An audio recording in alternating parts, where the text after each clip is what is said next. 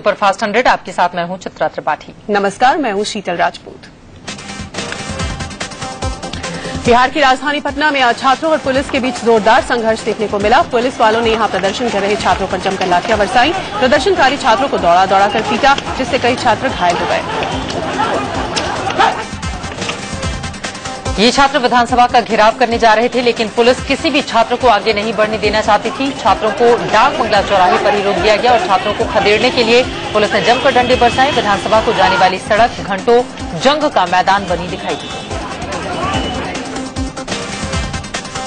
प्रदर्शन कर रहे छात्रों को पुलिस वालों ने घसीट घसीट कर पीछे धकेलने की कोशिश की। छात्र भी पीछे हटने को तैयार नहीं थे। हाथों में झंडे, बैनर, पोस्टर लिए छात्र पुलिस वालों से गुत्थम गुत्था हो रहे थे। इस हंगामे की वजह से सड़क पर जाम जैसी स्थिति बन गई। छात्रों के साथ बड़ी संख्या में छात्राएं भी सड़क पर उतरी। ये छात्राएं भी पुलिस वालों से उलझती दिखी। पुलिस वाले इन्हें रोकने की कोशिश कर रहे थे और ये छात्राएं किसी भी कीमत पर आगे बढ़ना चाहती थी। पुलिस वाले इन्हें घसीट घसीट कर पीछे धकेल रहे थे।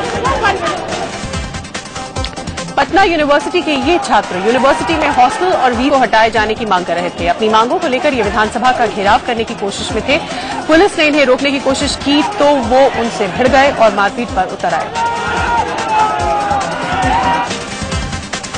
पंजाब के पठानकोट में हादसे के बाद गुस्साए लोगों ने जमकर हंगामा मचाया और बस में आग लगा दी। इसी बस ने ऑटो रिक्शा को टक्कर मार दी थी, जिसमें ड्राइवर की मौत हो गई थी और ऑटो में बैठे 9 स्कूली बच्चे जख्मी हो गए थे। ऑटो में बच्चों को स्कूल ले जाया जा रहा था, तभी बस ने इसे अपनी चपेट में ले लिया। हादसे की खबर मिलते ही लोग भड़क उठे।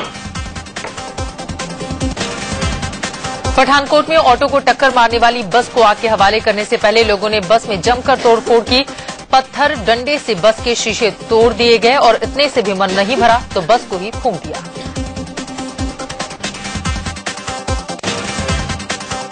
बस की टक्कर इतनी जबरदस्त थी कि ऑटो का कचूमर निकल गया तो लोगों के गुस्से में बस खाक हो गई। उधर घायल 9 स्कूली बच्चों को अस्पताल में भर्ती कराया गया है, जहां उनका इलाज चल रहा है। तेलंगाना के मेढक में बड़ा हादसा हुआ है, जहां एक स्कूल बस तेज रफ्तार ट्रेन की चपेट में आ गई। हादसे में 19 बच्चों की मौत हो गई, जबकि कई बच्चे गंभीर रूप से जख्मी हो गए। मानव रहित क्रॉसिंग पर बस नांदेड़ हैदराबाद पैसेंजर ट्रेन की चपेट में आई। बताया जा रहा है कि बस में करीब 50 बच्चे सवार थे। हादसा सुबह 9:20 पर हुआ। उस वक्त बस बच्चों को स्कूल के लिए लेकर जा रही थी। चश्मदीदों के मुताबिक टक्कर के बाद बस करीब 200 फीट आगे जा गिरी। हादसे के बाद मौका वारदात पर बच्चों के परिजन रोते बिलखते पहुंचे। जिस जगह यह हादसा हुआ वहां से नेशनल हाईवे पास में ही है। सीएम के चंद्रशेखर राव ने हादसे की जांच के आदेश दे दिए हैं। स्कूल प्रबंधन पर भी सवाल उठ रहे हैं कि आखिर इतनी बड़ी लापरवाही कैसे। जगह यह हादसा हुआ वहां से नेशनल हाईवे पास में ही है। सीएम के चंद्रशेखर राव ने हादसे की जांच के आदेश दे दिए हैं। स्कूल प्रबंधन पर भी सवाल उठ रहे हैं कि आखिर इतनी बड़ी लापरवाही कैसे हो गई। साउथ सेंट्रल रेलवे के सीपीआरओ के मुताबिक हादसे के लिए बस का ड्राइवर जिम्मेदार है। तेलंगाना के मेढक में हुए हादसे पर राज्य सरकार और रेलवे ने मुआवजे का ऐलान किया है। मारे गए बच्चों के परिजनों को राज्य सरकार की ओर से 5-5 लाख और रेल मंत्रालय की ओर से 2-2 लाख रुपए दिए जाएंगे, जबकि घायलों का इलाज मुफ्त में होगा। प्रधानमंत्री नरेंद्र मोदी ने तेलंगाना में हुए हादसे पर दुख जताया और जख्मी बच्चों के जल्द स्वस्थ होने की कामना की। वहीं कांग्रेस उपाध्यक्ष राहुल गांधी ने भी हादसे पर संवेदना जाहिर की। दिल्ली से सटे नोएडा एक्सटेंशन में फ्लैट बुक कराने वालों को लगा है बड़ा झटका। इलाहाबाद हाईकोर्ट ने पटवारी गांव के किसानों से ली गई जमीन 1 महीने में लौटाने को कहा है। साथ ही बिल्डर्स से निवेशकों का पैसा भी लौटाने को कहा गया है। हाईकोर्ट ने पटवारी गांव में जमीन अधिग्रहण को साल 2011 में ही रद्द कर दिया था, लेकिन बिल्डर्स ने फ्लैट्स बनाना जारी रखा, जिसके बाद किसानों ने फिर से हाईकोर्ट का दरवाजा खटखटाया, जिसके बाद ये बड़ा फैसला आया है। दरअसल ग्रेटर नोएडा अथॉरिटी ने 2008 में इंडस्ट्री लगाने के नाम पर पटवारी की 589 हेक्टेयर जमीन का अधिग्रहण किया था, जिसे बाद में बिल्डरों को दे दिया गया। इसके खिलाफ ही किसान हाईकोर्ट पहुंचे थे, जहां 2011 में अधिग्रहण को रद्द कर दिया गया था।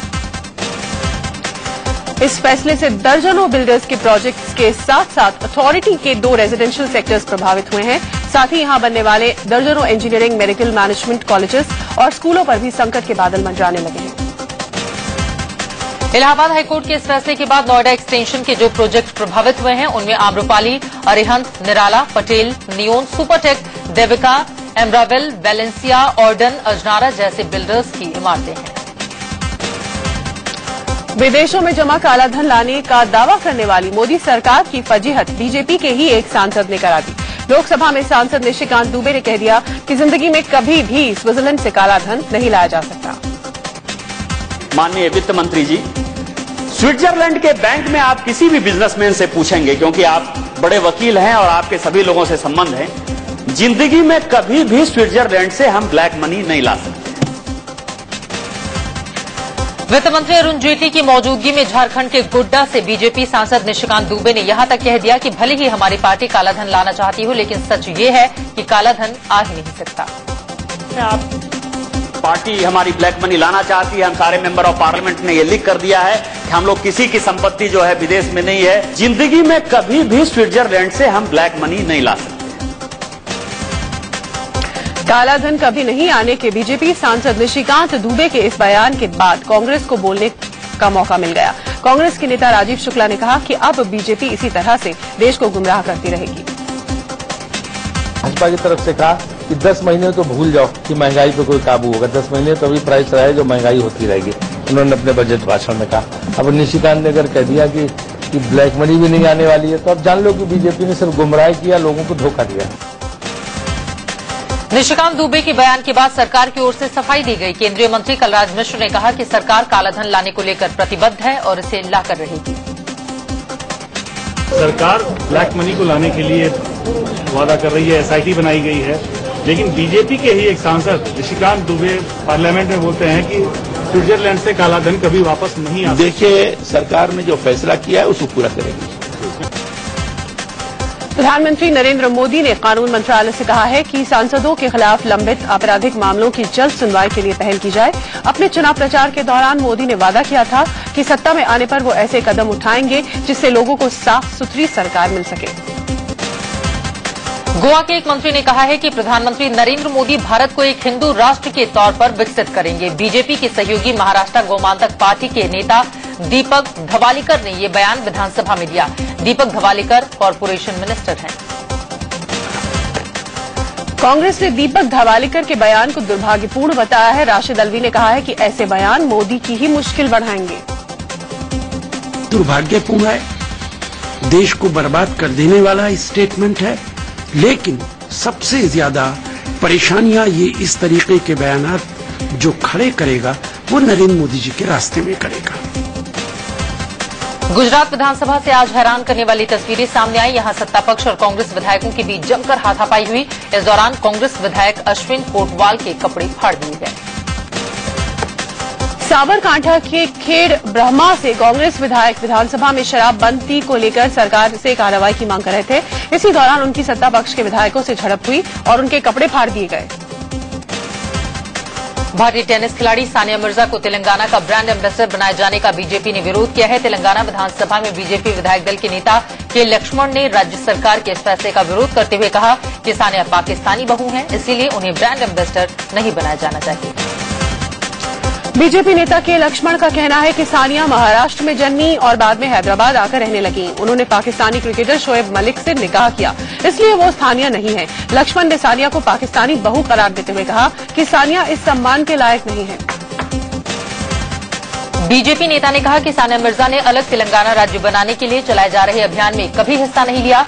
लक्ष्मण ने सरकार पर आरोप लगाया कि उसने ग्रेटर हैदराबाद नगर निगम के आगामी चुनाव में अल्पसंख्यक वोट हथियाने के लिए ये कदम उठाया है। इस विवाद पर सानिया ने भी जवाब दिया है। उन्होंने कहा है कि वो खुद को बाहरी करार दिए जाने के किसी भी प्रयास की निंदा करती हैं। वो भारतीय है और मरते दम तक भारतीय रहेंगी। सानिया ने कहा कि कुछ लोग ऐसे हैं जिन्हें दूसरों के लिए खुशी नहीं होती, हम उनके लिए दुआ करते हैं। के लक्ष्मण ने सानिया मिर्जा को 1 करोड़ रुपए देने पर भी हैरानी जताई। उन्होंने कहा ऐसा कर सरकार दूसरे प्रतिभावान खिलाड़ियों को नजरअंदाज कर रही है। उन्होंने कहा कि 13 साल की उम्र में 25 मई 2014 को माउंट एवरेस्ट फतह करने वाली मालावत पूर्णा को केवल 25 लाख रुपए दिए गए। मुख्यमंत्री के चंद्रशेखर राव की बेटी और टीआरएस सांसद के कविता ने बीजेपी नेता के बयान को राजनीति से प्रेरित बताया है। सानिया मिर्जा हैदराबाद में रहती है। हैदराबाद में उन्होंने टेनिस एकेडमी भी खोल रखा है और वो अच्छी खेलती है। भारत सरकार से भी उसको काफी अवार्ड मिल चुके हैं, तो आई थिंक जायज ही है। इसमें अननेसेसरीली पॉलिटिकल इश्यू उठाने में कोई सेंस तो मुझे नहीं लग रहा है। बीजेपी नेता के लक्ष्मण के बयान पर बीजेपी नेता मुरली मनोहर जोशी ने हैरानी जताई। उन्होंने कहा कि ऐसा बयान देने वाले अपना कल्चर दर्शा रहे हैं। Such things somebody says, I think it's only it reflects his culture.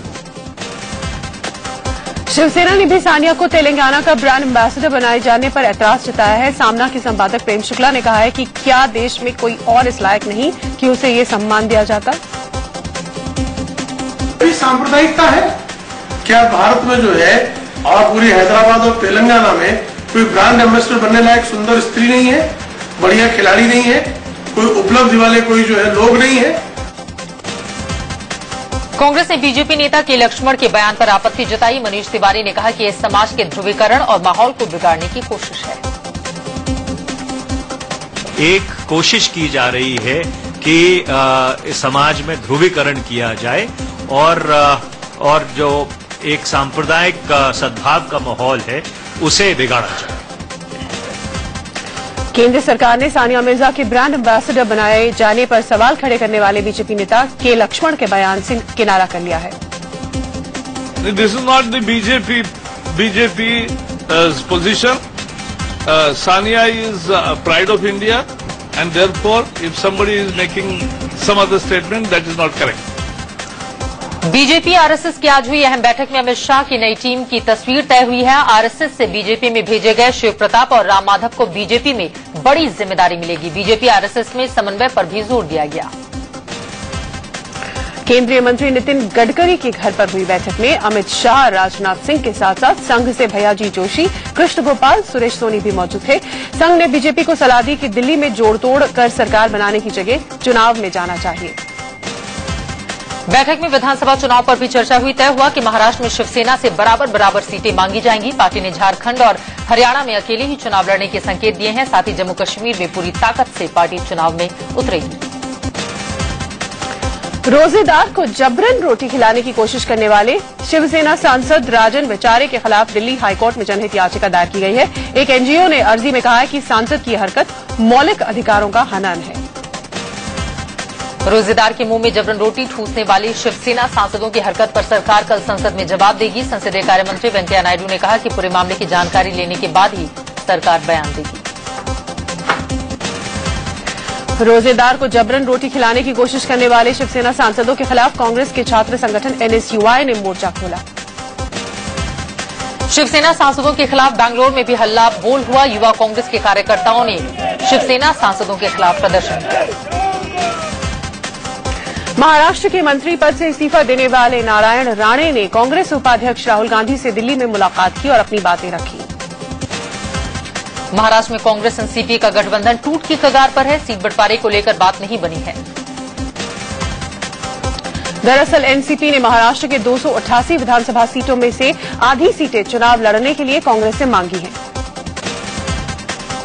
Congress NCP पर दबाव बना रही है कि वो साल 2009 के विधानसभा चुनाव के फॉर्मूले यानी कि कांग्रेस 174 सीटों पर लड़ना चाहती है, जबकि एनसीपी को 114 ही देना चाहती है। एनसीपी इसके लिए तैयार नहीं।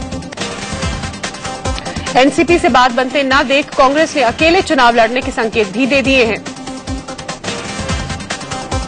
बिहार विधान परिषद में आज शर्मसार करने वाली तस्वीरें दिखी। विधान पार्षदों के बीच हाथापाई तक की नौबत आ गई। दरअसल विधान परिषद में पूर्व उप मुख्यमंत्री सुशील कुमार मोदी ने मंत्री विजय चौधरी से सवाल पूछा, लेकिन तभी नीतीश कुमार के करीबी एमएलसी संजय सिंह ने टोक दिया और कहा कि मोदी को बोलने की बीमारी है, जिसके बाद हंगामा बरप गया। संजय सिंह के बयान से भड़के बीजेपी के एमएलसी वेल में चले आए। इसी दौरान बीजेपी एमएलसी मंगल पांडे और संजय सिंह के बीच हाथापाई हो गई। बिहार में आरजेडी जेडीयू में गठबंधन होने से पहले ही गांठ नजर लगी है।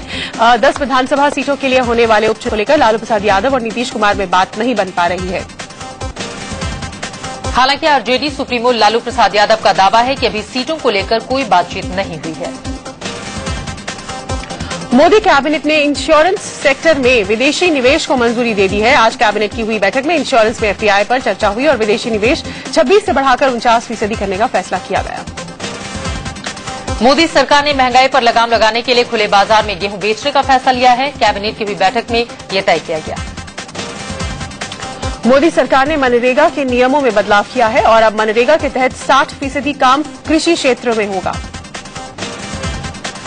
हरियाणा के लिए अलग से सिख गुरुद्वारा प्रबंधक कमेटी बनाने पर हो रहे विरोध को दरकिनार करते हुए हरियाणा सरकार ने 41 लोगों की एक अस्थायी कमेटी बना दी है।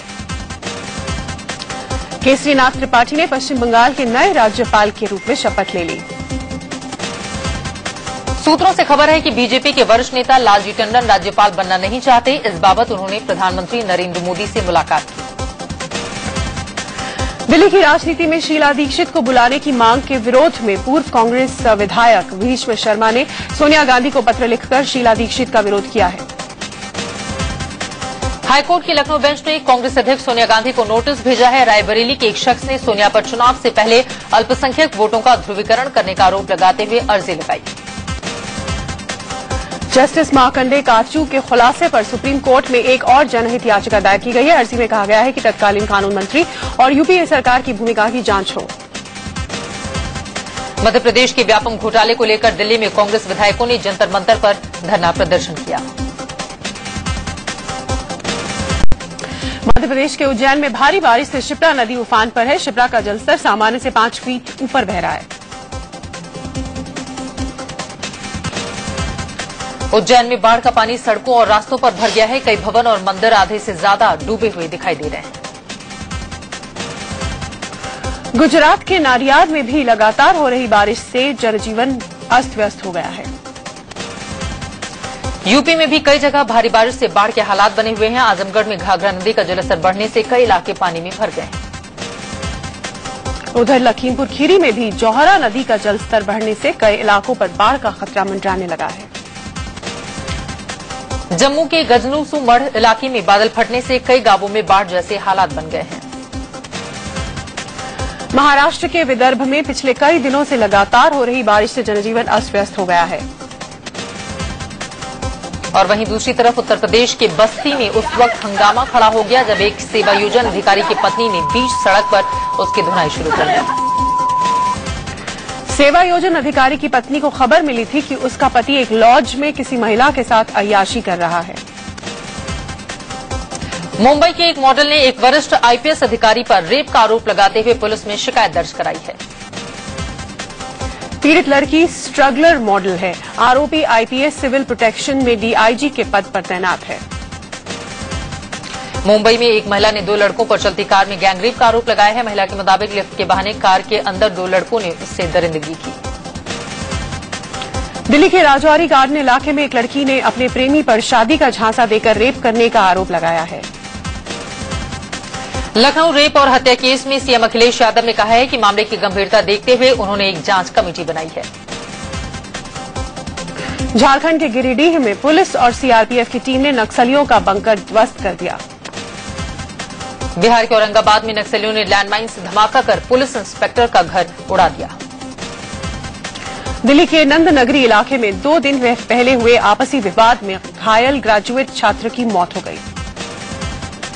कानपुर में एक तेज रफ्तार बेकाबू टैंकर ने एक स्कूल वैन को टक्कर मार दी। हादसे में 6 बच्चे जख्मी हो गए।